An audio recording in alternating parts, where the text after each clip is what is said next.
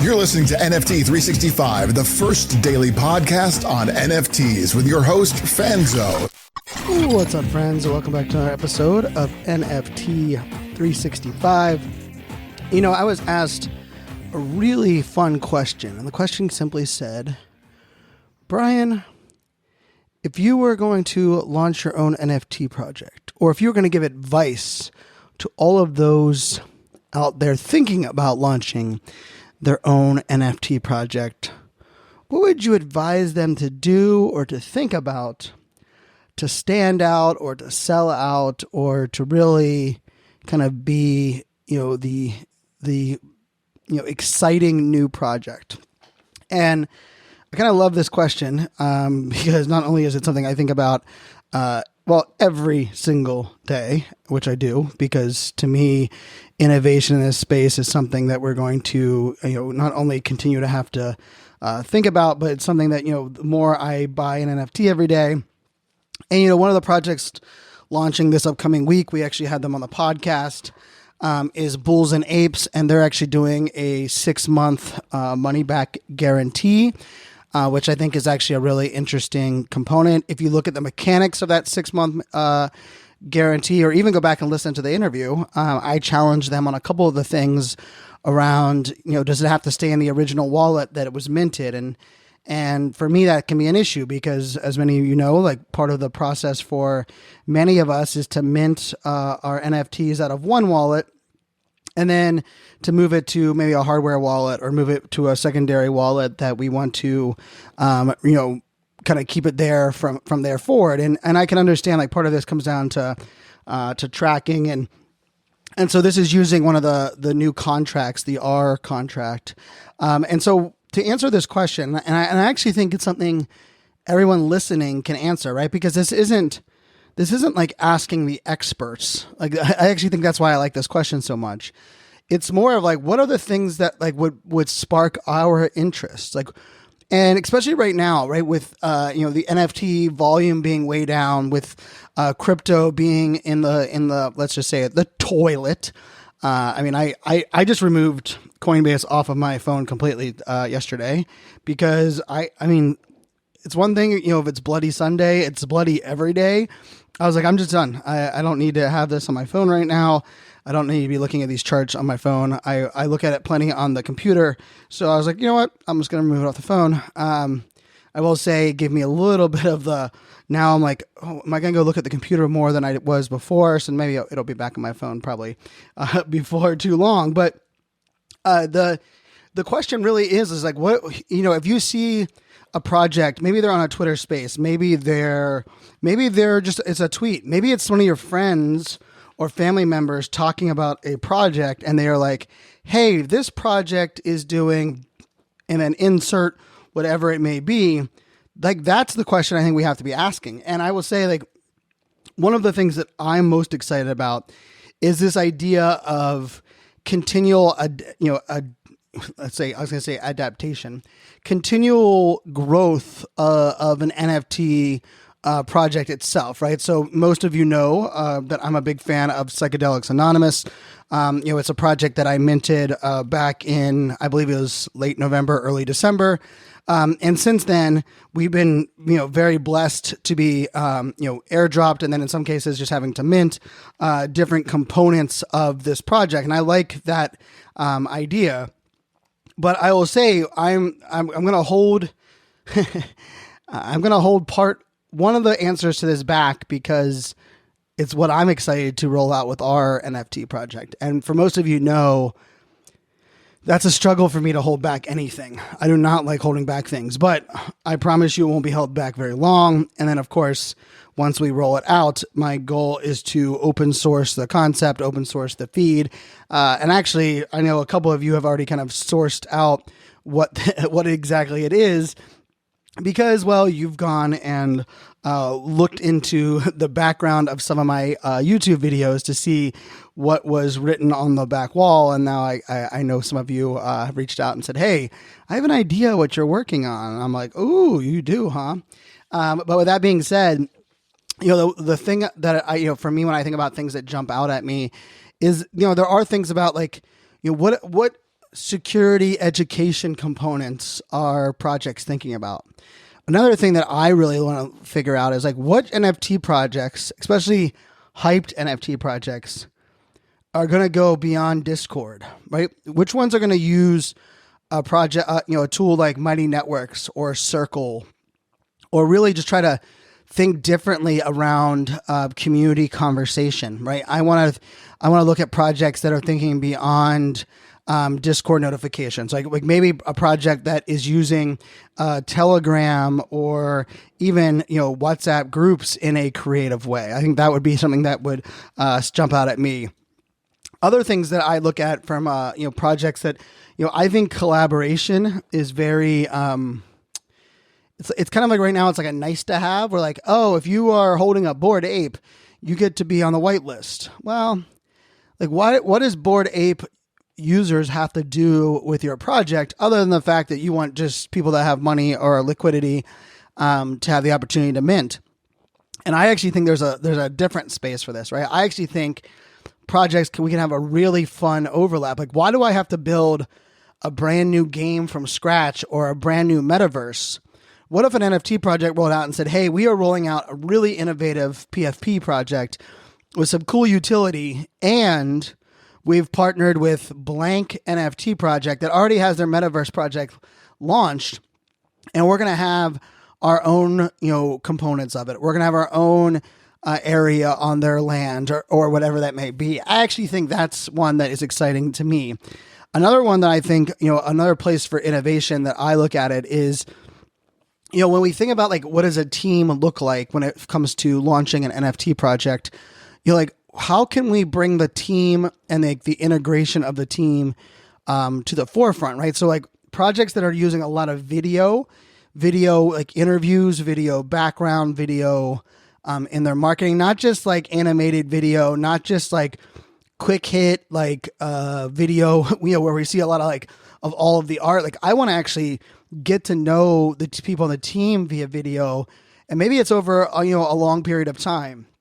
And then the other thing that jumped out at me when I was thinking about this idea was, what about how can we leverage some of like the Web 2 functionality in a Web 3 way? What I mean by that is, one of the things when you think about great communities is that it comes down to highlighting and celebrating those that are part of your community.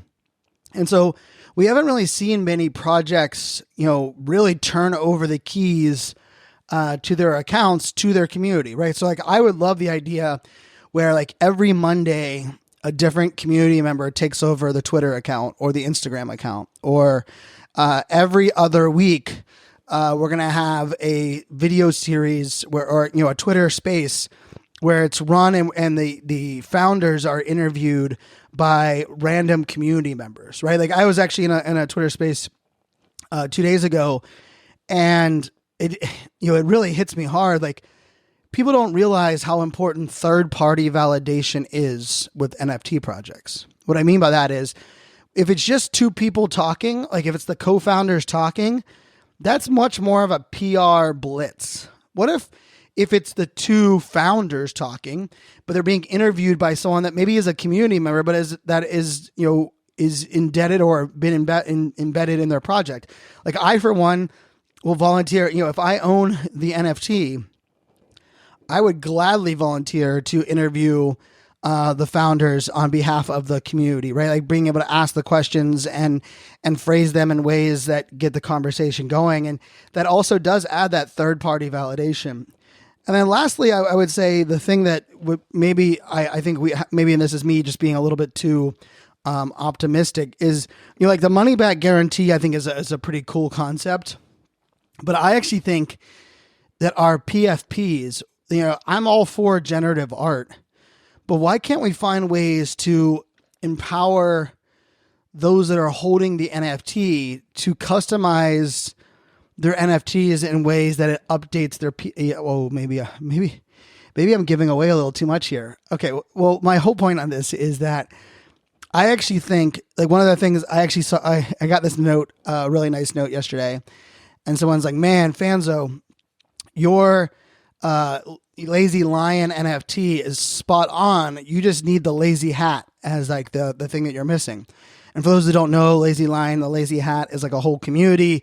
The floor price on the lazy hat, section of the NFTs, I believe is double the price of the regular floor price.